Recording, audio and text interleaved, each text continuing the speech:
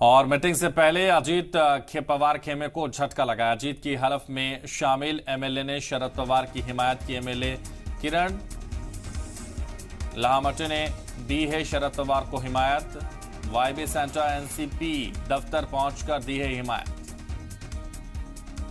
MLA किरण लाहमटे ने हिमायत दी है और वाईबी सेंटर पहुंचकर दी है हिदायत। अजीत की हलफ में शामिल एमएलए ने शरद पवार की हिमायत की है।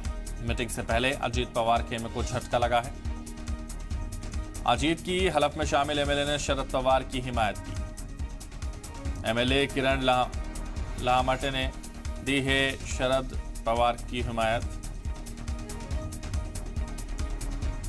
तो अजीत के हलफ में शामिल एमएलए ने शरद पवार की हिमायत की है। ये बड़ी जानकारी इस वक्त। मीटिंग से पहले अजीत पवार खेमे को झटका लगा है।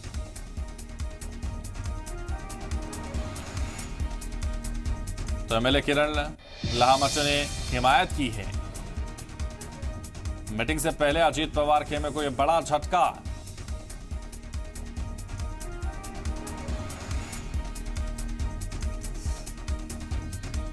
बड़ी जानकारी इस वक्त आपकी टीवी स्क्रीन पर। वाईबी सेंटर एनसीपी दफ्तर।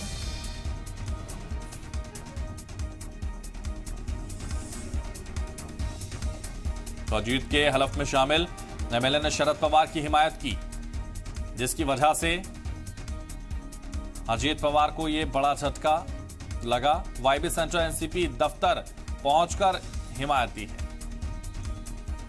अजीत के हलफ में शामिल एमएलए ने शरद पवार की हिमायत की। अजीत पवार खेमे को यह बड़ा झटका। अजीत के हलफ में शामिल एमएलए ने शरद पवार की हिमायत की। ये बड़ी खबर इस वक्त आपकी टीवी स्क्रीन पर।